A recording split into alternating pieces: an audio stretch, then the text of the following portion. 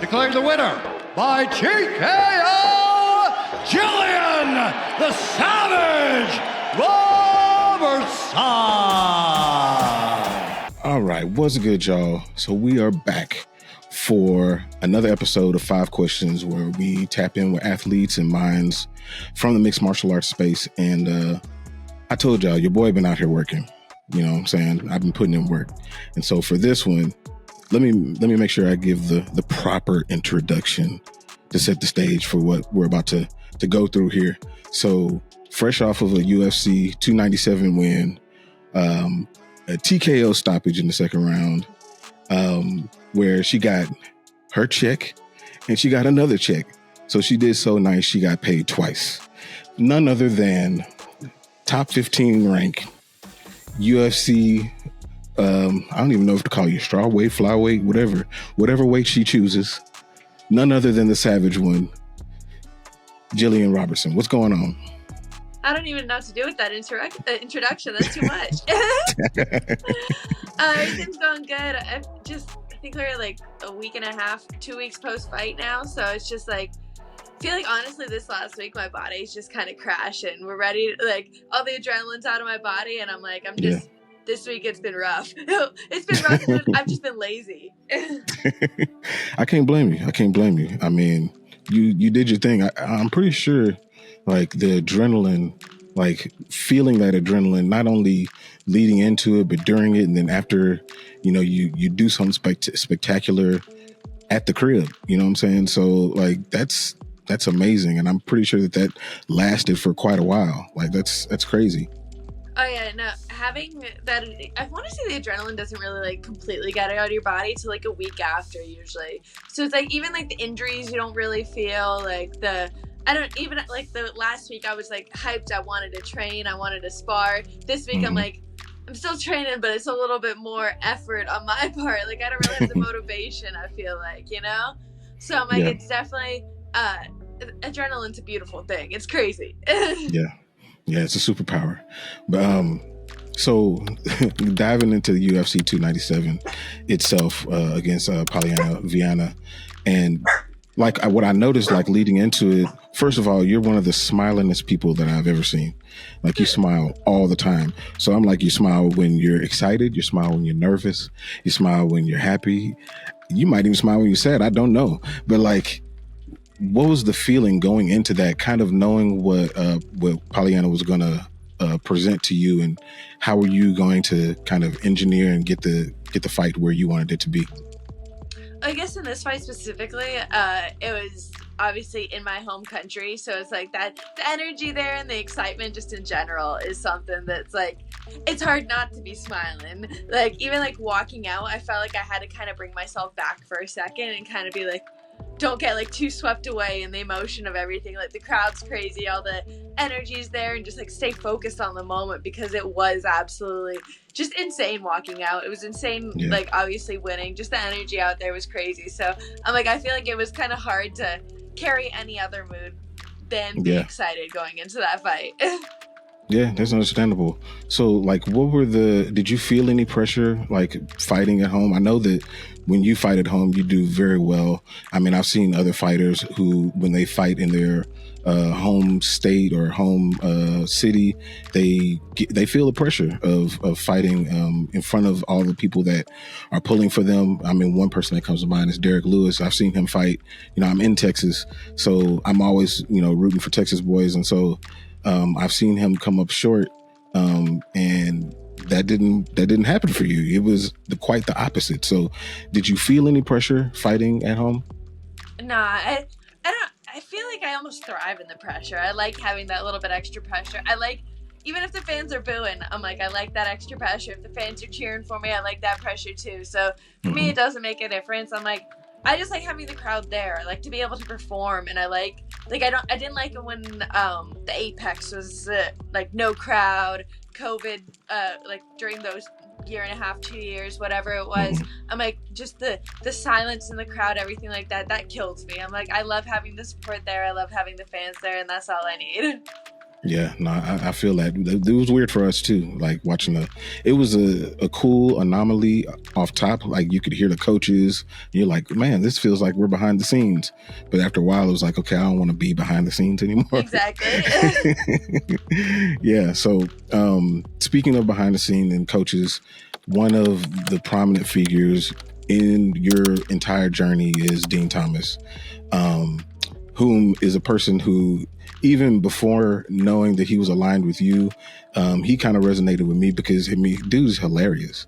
Like he's the type of person that I would like, yeah, I can kick it with Dean because he's nuts, he's funny, he's crazy, but he's also super knowledgeable about a sport that I love. So tell me about how he's helped you evolve as a fighter and how he continues to help round out your game.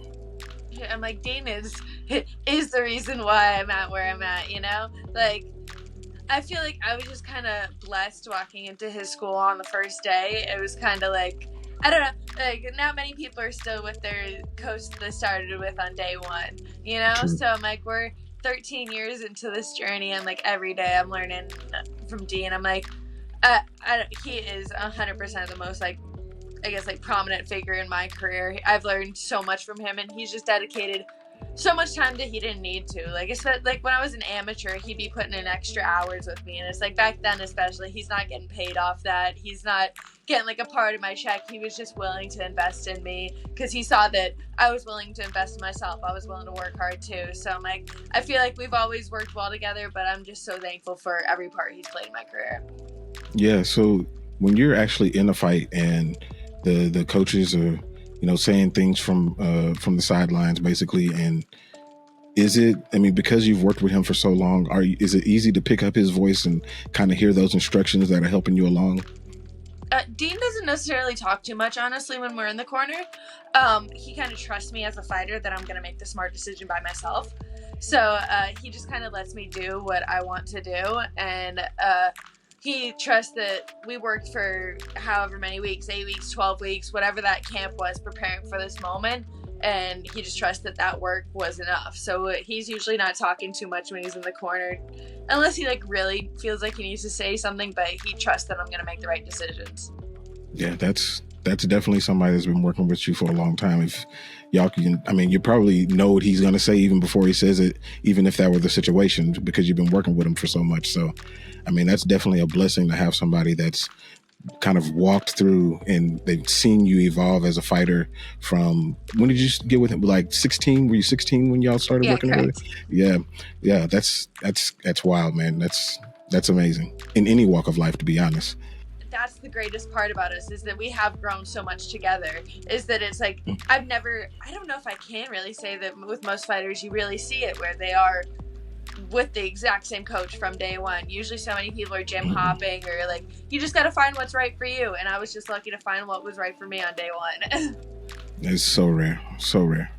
When you first started as a person that is from Canada, proudly from Canada, people can make assumptions, but when you first started, what kind of fighter or fighters did you kind of lean towards being like, I kind of want to fight like that person? Like, is there anybody any people that stand out that were good, I guess, role models for you leading up to your career? I guess I'm someone who's never really, molded myself after anybody else. I've kind of always just developed my own style. Even I feel like my jiu-jitsu, like MMA style, is kind of unique on its own, where I don't really feel like anybody has a style like mine. And yeah, I guess that's just how I kind of grew up too, though. I never really looked up to anybody. I never was really aspiring to be a certain person. I always admired certain aspects of certain fighters' games, but yeah, I've always just kind of been trying to mold myself as a fighter. If I did have to say anyone I could put on a pedestal like that, it would be Amanda Nunes, though. Yeah, and y'all trained together before, right? Oh yeah, we were at ATT for a couple of years together. Obviously, she's a little bit bigger than me, so we didn't get a lot of work together. Just a little bit. Yeah, just a little bit bigger. But I definitely just being around her, who she is and who she was as a champion, I feel like she's someone who's hard not to admire just because she is so humble and down to earth, but is one of the most badass women on the planet. Yeah. And you know what is cool about Amanda, and you could see this like early on in her career, it's kind of the swag that she came into the cage with. Like when you see somebody, and you know, this is from a viewing perspective, you may not feel this way, but like when you see somebody right when the fight starts and you see them kind of get into their stance and, you know, they're getting ready, they're moving around, you're like, okay, wait a minute. Like they got a little something extra. And with her, you could see it in her shoulders. Like I'm like, okay, yeah, she's ready. Oh, and yeah. You know what? I'm starting to see that with you too. I'm starting to see that with you. I'm like, I can't, that's like the best compliment I could take right there. But I'm like, with Amanda too, you see it in her opponents. The second she lands like one right hand, they break. Like the look in their eyes changes. They're absolutely done once they realize that, one, they know that she's in there on a mission, and two, that they just felt her power. And it's just, you really see them break too. It's incredible to just watch her fight, see the presence of the people. Yeah, it's insane. Matter of fact, to that point, when she fought Megan Anderson, the minute she landed clean, Megan was like, wait a minute. I don't know if this is a good decision. It was wild. That was crazy to see. Just it changed. I mean, just immediately. But like, I'm definitely starting to see like that swag with your stand up when you come in. And you know what? Like, as far as the fighter comparison or a fighter that you looked up to, I had a feeling that you were going to say there wasn't a particular person, but for me, when I see you and I've seen your rise and I've been watching you the whole time, the person that you remind me of at the beginning of their ascent is definitely Charles Oliveira, easily Charles Oliveira. And the reason why is because, yes, both of you guys are ridiculous on the ground. But once Charles started to get super confident in his striking and knew, you know what, they don't want to go to the ground with me, whether I'm on my back or if I'm on, you know, got top pressure, it doesn't matter. I got them. So let me go ahead and sit down on these punches. Let me throw these kicks out there, because if you take me down, you're in trouble. I feel like you're starting to go that direction as well. That's what as you start to transition into fighting more people in the top 15, which I believe should be next for you. That's what I'm aiming to see. And that's what I'm looking forward to from you. Oh yeah, and also like me, like Charles Oliveira, we both got in the UFC super young. We were both, I want to say he was 20 something. I was 22 when I got in. And so it's like, I feel like both of us have done a lot of learning on the job, kind of, you know, we're kind of forced onto the big stage to do our learning. So I feel like that's kind of like, that's where I see our similarities, is we've both done a lot of learning, but obviously he's already made it as champ, and hopefully one day I'll just follow those footsteps. Yeah, I definitely see that for you. I mean, it's gonna happen. I mean, at least from my viewing perspective, the minute that I see that, like, okay, now she's really, really confident in the pop in her punches, like, you're going to be a problem. And you know what? The person, and you've mentioned this before, I think when you were talking to Joe Rogan, the person that I definitely see you on a collision course with easily is going to be Mackenzie Dern, because of the similarities in y'all's game. And it's just going to be, I mean, obviously I've heard people say that she was the submission queen. You're the submission queen. That's the numbers say that. But when it gets down to it, it's going to be, well, who can do this better? Who can execute this game plan better? And I'm looking forward to seeing something like that for sure. Oh yeah, and I said it in my pre-fight for my last fight, but the same would go for a fight with Mackenzie Dern. Is with someone like that, she's just going to be playing jiu-jitsu the whole time, and I'm going to be playing MMA. So I feel like that's the real difference with a lot of these good jiu-jitsu girls, is I'm constantly evolving in like working in my strikes, in working and doing damage, where they're kind of just trying to figure out, I want to say they're too invested almost in like working striking or something else, because it's like you don't see their jiu-jitsu necessarily evolving past just like jiu-jitsu, you know? Yeah, that's true. Like they find what they're good at, and they're like, I'm just gonna stick to this, and it makes them one-dimensional and predictable. Yeah. So one thing I noticed in the Vienna fight is the way that you're able to float on top of people, like it didn't matter where she went, like you were already there waiting for her to make a mistake. And it was like in stand up, you know, they call it setting traps. You were setting traps on the ground, but it wasn't going to put you out of position. It was just making her be in a bad position. Is that kind of the way that you see it? Like it was really impressive to watch. Well, I guess on the feet or on the ground, anywhere in the fight, I'm kind of just working with what's the best option at that time. So I'm working with what she's giving me and not trying to force anything or trying to like my coach always calls it like putting the square peg in the round hole, like the little kids game where you used to like you have the square hole and you got to put the square in it, but you're trying to put a round one in and it just doesn't fit. It's like that's what a lot of people try to do with fighting necessarily. They try to make something work when it's the wrong it's the wrong situation, wrong opportunity. So I just try to find whatever the right answer is for that position and just, like you said, kind of float on top and let her give me the question necessarily, and I just got to find the answer for it. Yeah. What was crazy about it is, like, you know, obviously I've seen you inside of the cage, outside of the cage, and you're not like a massive person by any means. But it just seems like when you're on top of them, like they can't do anything. Like, what is she doing? Like, how heavy are her hips right now? It's insane. Like they can't. I don't even understand it. Like they know how to get up, but they just can't do it. I guess, yeah, one of my favorite, during fight compliments was when I fought Courtney Casey during COVID. So it was like quiet as anything. And she walks to her corner and I hear, she's like, she feels like a fucking wet blanket. And I just walk back to my corner like, yeah, I am. Yeah, I remember that fight too. Yeah, that's crazy. It's kind of, what people say about Khabib, back in the day, they would go back to their corner all frustrated. Like, I don't know what to do. I've done all this training and I don't know what to do. And I feel like that's the best position to put somebody in, where they're just waiting for this to be over. That's what it seems like. Oh yeah, that's the goal every time. Just trying to make it so, yeah, like exactly what you said, just waiting for them to want it to be over. Just make it miserable for them the whole 15 minutes. And like my coach is like, if anything, you're just going to run out of time. That it's like, oh, I didn't have enough time to finish you, but that's the goal, is just be working to finish the whole 15 minutes. Yeah, and your ground and pound has gotten so nasty. Like it's is that something that you've really kind of focused on? You get single legs pretty easily and getting people down. Like, have you focused on really smashing people once you get them down? Oh yeah, definitely.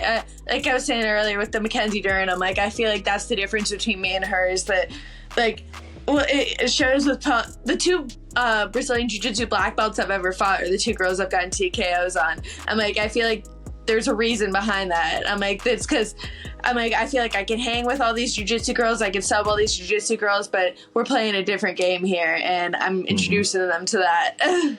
Yeah. I'm looking forward to that one. Dana, let me go ahead and put that in the pipeline. I'm ready for that fight to happen. So switching gears a little bit, I know, was it earlier in 2023, you were on the Joe Rogan Experience, which, for a person who is, I've heard you say that you are an introvert, the person that's, that was kind of sitting in the back of the class and all those things.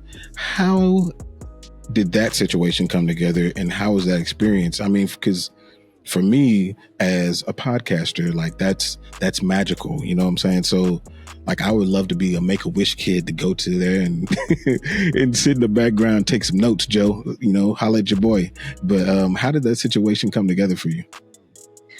It was just after I fought Pierre Rodriguez. He just messaged me on Instagram saying, hey, I'd love to have you on my podcast. So I guess that fight just caught his attention, which I know Joe's a huge fan of jiu-jitsu, so I'm assuming it's something around there that he's just watching that.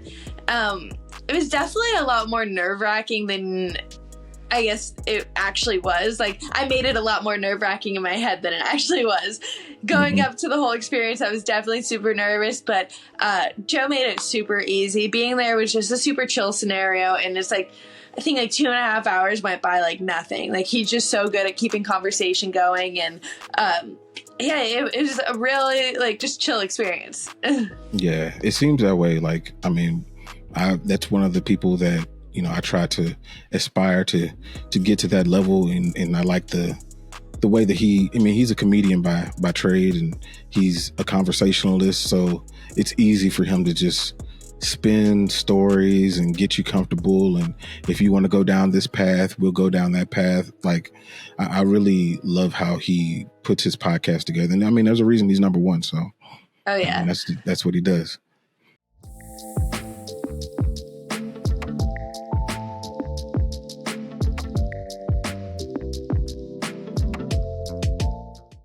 Let's play a little game. So we're gonna play a game called This or That. And so in this segment, I'm gonna give you two options, and you can pick whatever option you want. And I'm pretty sure we'll just have a brief conversation about it. So easy. So the first one, and this is a very important one, and I'm very curious what you're gonna say on this one. So the first one, blunts or joints? Oh, okay. So for me, I would say joints nowadays. Honestly, when I first started smoking, I don't know, when I was like 18, 19 years old, I smoked a lot of blunts. But now, I'm an adult now. I'm grown. And we got to care about cardio. So I'm like, blunts just kill that. So I'm honestly usually smoking a Volcano, the vaporizer, more than anything else. So I'd use my dry bud vape more than anything. But if not, then joints. Interesting. Yeah. So like, as you know, I'm a Texas person. So blunts are always going to be the choice. That's what I grew up smoking. That's what I continue to smoke. It's like a nice finish to your day. You just kind of chill, get something to drink, smoke a blunt, and just relax, talk about whatever until you don't know what you're talking about anymore. That's what I love. All right. No, I'm like, I can't disagree with that. I just got to think about my cardio now as an athlete. It's important. I'm not fighting nobody, so I don't really have to. It doesn't really matter. All I got to do is run behind my kids. That's all that matters, So, all right. So on that same line, and this is funny, but is it harder to find your corner after a hard round, or harder to remember what you went to the kitchen for when you're high? Oh, that's a good one. I'm going to say, gosh, because it's like you got to think about you're getting hit in the head, so that's fucking with your memory too in the cage. I think I got to go with the food when you're high. But then again, like when you do that, everything's a good option, so you're not really struggling. That's true.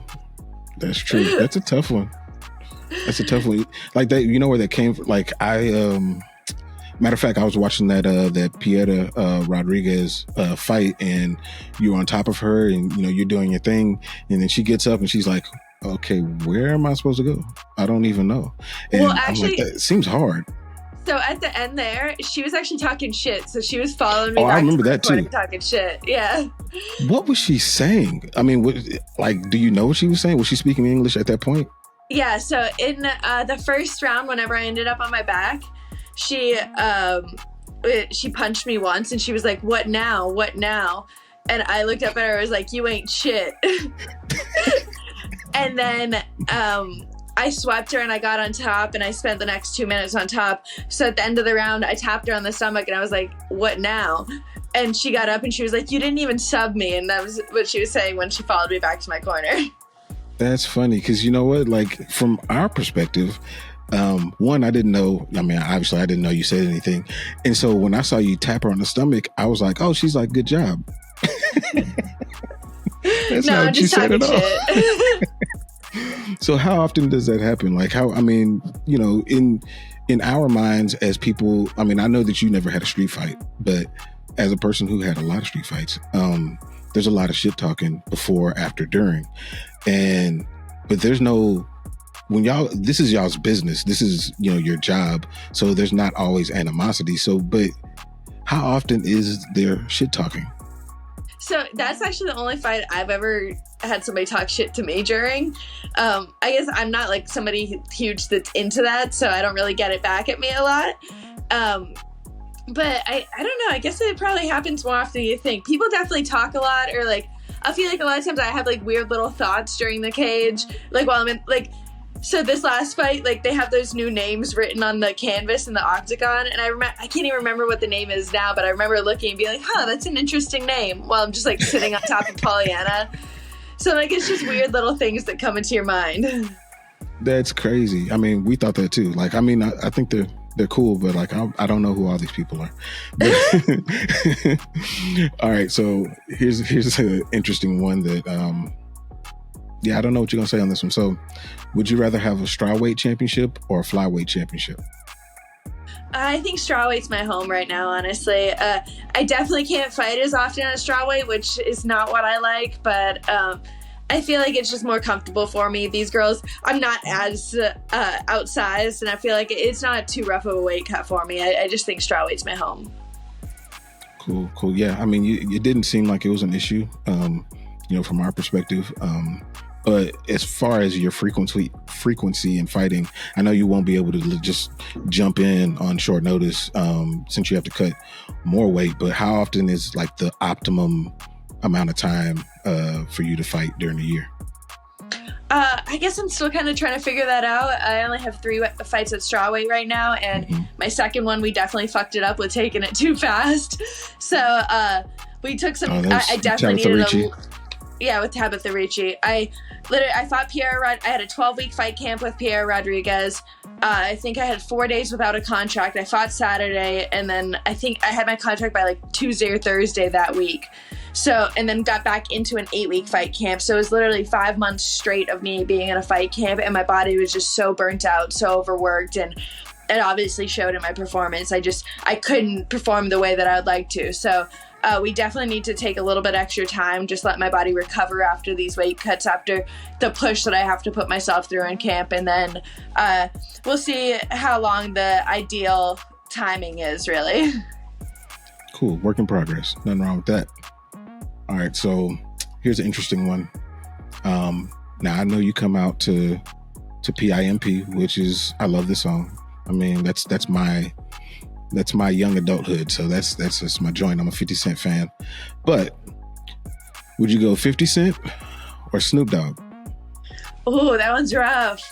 I'm definitely a huge Snoop fan too. Mm-hmm. Actually, when we were in a little fun story, when we were in the Tough House, we got to smoke weed with Snoop.